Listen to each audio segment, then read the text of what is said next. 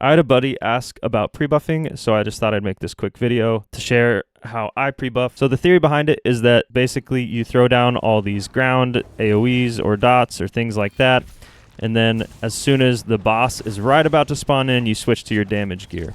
And you can do that with something like Wizard's Wardrobe, or there's other type of gear switching things. I just like Wizards. And then your gear that you're wearing doesn't really matter for your prebuff, but the weapons do.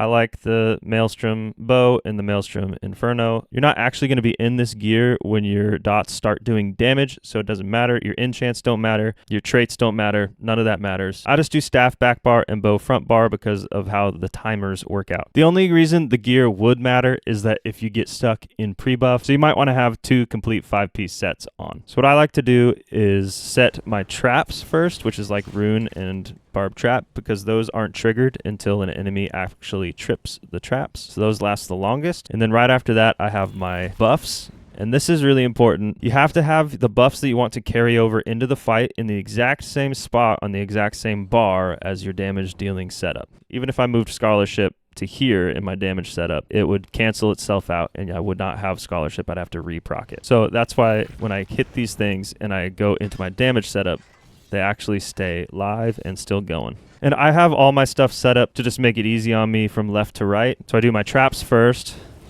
then my buffs. Before I get to wall, I swap. Then this is all my ground AoEs and Mystic Orb. And I have these in this certain order here because of the timers on them. So Caltrops last the longest, so I hit that first. Then Hail's 15 seconds. Mystic Orb is 10 seconds, and Trapping Webs is 10 seconds. And then before I get to Contingency, I swap back to hit my wall, and then swap back to hit Contingency as the very last thing. So how that looks, you make sure you don't light attack, and swap. And swap bars, wall, Contingency, swap setup. And then as soon as I hit my first buff in my damage setup, Contingency goes off.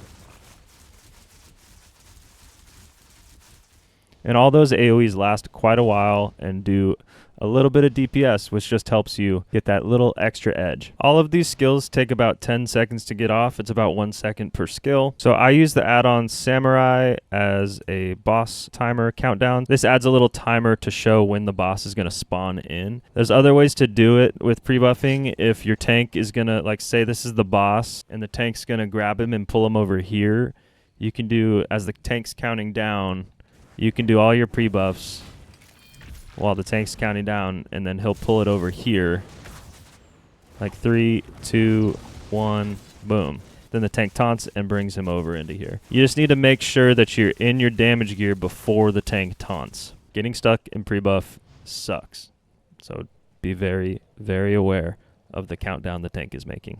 If you're doing serious pre-buffing, your tank needs to know that. And in most organized groups, they'll do a pretty slow countdown. And then there are technically more ground dots and AoEs and things that you could put on your bar that you just don't have room for because you got to keep your buffs. So you could have a second pre-buff setup. For example, that would look like this. This is my buddy Hayes' setup for the first boss of a VMAL score push group he was in. He has pre-buff 1 and pre-buff 2 because he needs to leave so many things on his bar to keep his crux up, to keep more buffs up. Pre-buff 1, he has things that last a really long time, and pre-buff 2, he has his shorter buff. So he'll do pre-buff 1, lay down his skills, then pre-buff 2, lay down those, then go to his damage setup. And then here's the log from that same fight. This is the first boss of VMAL, my buddy Hayes Rider in his score push group. This is him. He has a 248k DPS parse. A lot of that came from pre-buff.